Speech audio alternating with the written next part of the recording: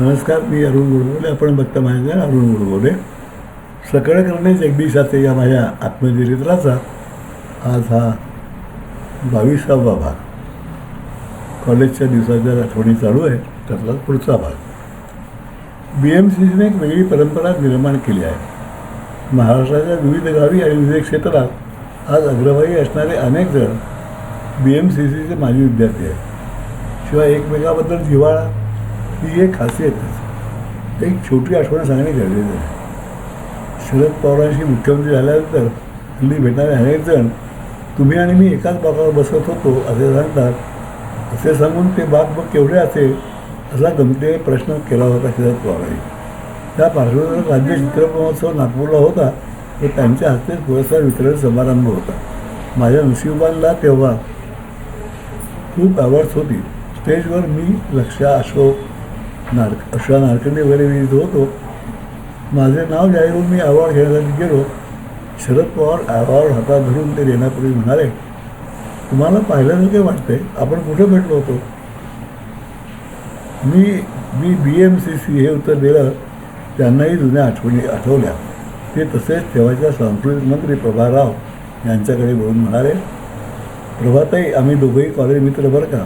आणि प्रसन्नपणे हसून ते अवॉर्ड त्यांनी मला दिलं आणि म्हटले, गुडगोळे रात्री जेवायला यायचं आहे बरं का. दीड मिनिटाचा हा संवाद नागपूरच्या चिटणीस पार्कच्या मैदानावर 15-20 हजार प्रेक्षकांच्या समोर चालला होता. त्यानंतर रात्री रामटेक या त्यांच्या तेथील निवासस्थानी भोजनाच्या वेळी त्यांनी आवर्जून मी आणि माझी पत्नी यांची सौ प्रतिभाताईंची ओळख करून दिली आणि कॉलेजच्या जुन्या आठवणींची उजळणी केली. तेव्हा रोज मी संध्याकाळी महाराष्ट्र मंडळाजवळ व्यायाम करीत असे तो हौस म्हणून बापट सरांकडून बॉक्सिंगचे धडे घेत होते. अर्थात त्यात गांभीर नव्हते, त्यामुळे एका स्पर्धेत मी भाग घेऊन मारही खाऊन घेतला होता. पण या सर्वांना प्रकृती उत्तम राहत होती. त्यातूनच दिवाळीच्या सुट्टीत सायकलवरून हैदराबादला जायचे डोक्यात आले. रामा उठली तयार झाला. भाऊकरांनी थोडी नाखुशीने पण परवानगी घेताना रोज रात्री घरी फोन करायची अट घातली. पुणे ते हैदराबाद हे अंतर सुमारे 270 मैल असल्याने रोज साधारणपणे 50 मैल नजर मारली तर 4 मुक्काम करून 5व्या दिवशी आपण हैदराबाद गाठता येईल असे वाटले. इंदापूर, सोलापूर, उमरगा आणि जाहिराबाद असे हे मुक्काम आम्ही ठरवले. जमेल तिथे इन्स्पेक्शन बंगला किंवा शाळा, कॉलेज आणि अगदीच ते जमले नाही तर एखादी स्वस्त लॉज. हैदराबादला सातारच्या आयुर्वेदिक अर्धशेळ्याचा डेपो होता. तिथे मुक्कामाची सोय झाली होती.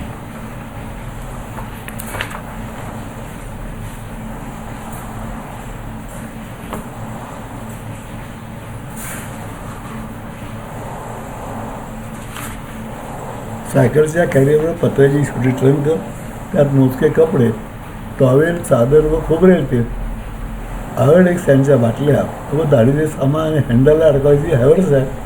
त्यात कपडे, थोडे खायचे पदार्थ अशी तयारी करून पहाटे 6ला पुणे सोडले. रस्ता उत्तम होता आणि फारसे चढ उतार नव्हते, त्यामुळे मजेत जात हो.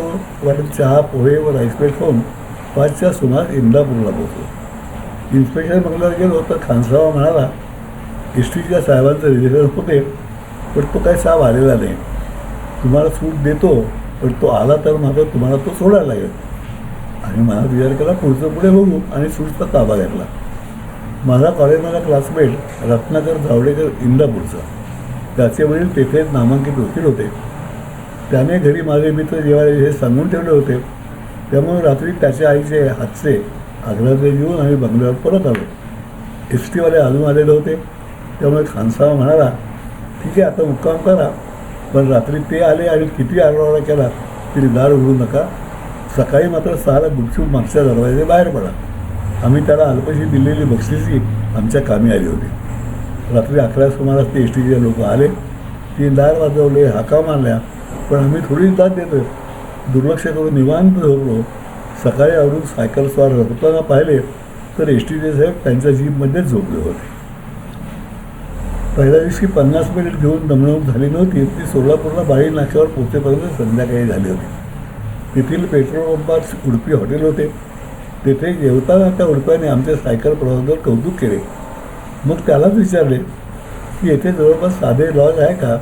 आम्ही रात्री येथे मुक्काम करून पहाटे पुढे निघणार आहोत. पण तुम्हाला फक्त मुक्काम करायचा असेल तर माझ्या 2 खोल्या आहेत, त्यात कामवालीमुळे झोपतात.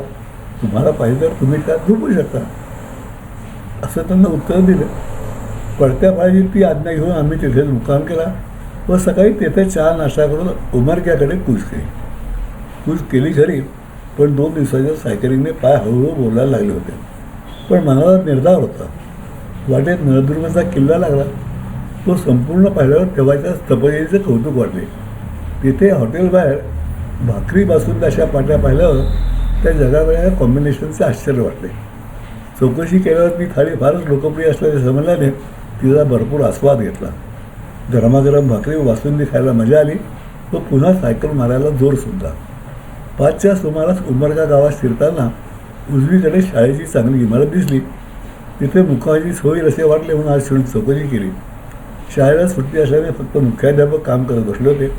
त्यांना विचारल्यावर त्यांनी आमच्या सायकलींचे कौतुक करून शिपायाला एक वर्ग उघडून देऊन सतनी टाकून द्यायला सांगितले आणि आम्ही सायकलसह तिथे विसावलो. पाय चांगले दुखत होते म्हणून मग तेल आयोडेक्स लावून मालिश केले आणि हौदातील गार पाण्याने आंघोळ करून क्षुधा शांतीसाठी बाहेर पडलो. चौकात एक लिंगायत खानावळ होती. गरम भाकरी आणि वाटीवर लाल भडक आमटी आली आणि त्या आमटीचा पहिलाच घास घेतल्यावर जळजळीत खाल्लेले ठसका लागून डोळ्यातून नाकातून पाणी आले. मग त्यावर उपाय म्हणून त्यात लिंबू पिळून साखर घालायला लावली तेव्हा कुठे जेवण ते कसे तरी गेले. ती झणझणीत चव आजही आठवते. सकाळी उमरगा ते जाहिराबाद असा पल्ला होता. अंतर 40-45 मैलच होते. वाटेत महाराष्ट्राची हद्द संपवून आंध्र प्रदेशच्या हद्दीत प्रवेश केला तेव्हा त्या बॉर्डरवर किंगफिशरचे होर्डिंग पाहून तिकडे दारूबंदी नसल्याचा बोध झाला. बिअर म्हणजे दारू नाही आणि आपण सायकलवरून येतपर्यंत काटकसरीत आलो तर थोडी चेन करूया म्हणून मी हॉटेलमध्ये जेवणापूर्वी 2घात 1 बिअर मागवली. तेव्हाचे म्हणजे 61-62मध्ये तिला बहुतेक 30 रुपये पडले खरे, पण आम्ही पहिल्यांदा ती घेत असल्याने तिची चव काही आवडली नाही आणि बिअर चढायचा प्रश्नच नव्हता. तो अध्याय संपवून पुन्हा सायकलवर टांग मारली आणि थेट जाहिराबादला एका लॉजच्या दारातच थांबलो. आम्ही सायकलवरून पुण्याहून आलो म्हटल्यावर त्याने खूप कन्सेशन देऊन आम्हाला रूम दिली. तेथेच त्याने दाक्षिणात्य भोजन केले आणि आरामात झोपलो. 5व्या दिवशी जाहिराबाद ते हैदराबाद असा शेवटचा टप्पा होता. 50-55 मैल सायकलची सवय झाली होती त्यामुळे कोणताही ताण नव्हता. उलट हैदराबादबद्दल उत्सुकता होती. वाटेत सीताफळे खूप स्वस्तात मिळत होती. त्यांचा आस्वाद पोटभर घेत थेट हैदराबादने प्रवेश केला. अर्कशाचा डेपो काचीगुडा स्टेशनजवळ होता. आता हैदराबाद खूपच विस्तारला आहे. तेव्हा एवढे नव्हते पण पसरलेले होते, पण फार ट्रॅफिक अशी नव्हती. सायकली कॉमन होत्या.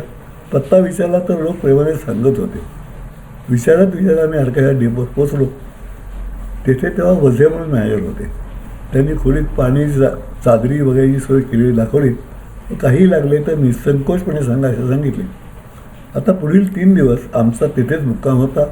ते आमचे हैदराबादचे घरच होते. आंघोळी केल्या आणि सायकल हा विषय आता 3 दिवस बंद म्हणून सायकली खोलीत आणून लावल्या. रोज रात्री घरी फोन करीत होतोच. तसा आज हैदराबादला सुखरूप पोचलो असा आम्हाला जास्त उत्साहाने फोन केला. आज थांबूया. उद्या पुढचा भाग. तोपर्यंत नमस्कार.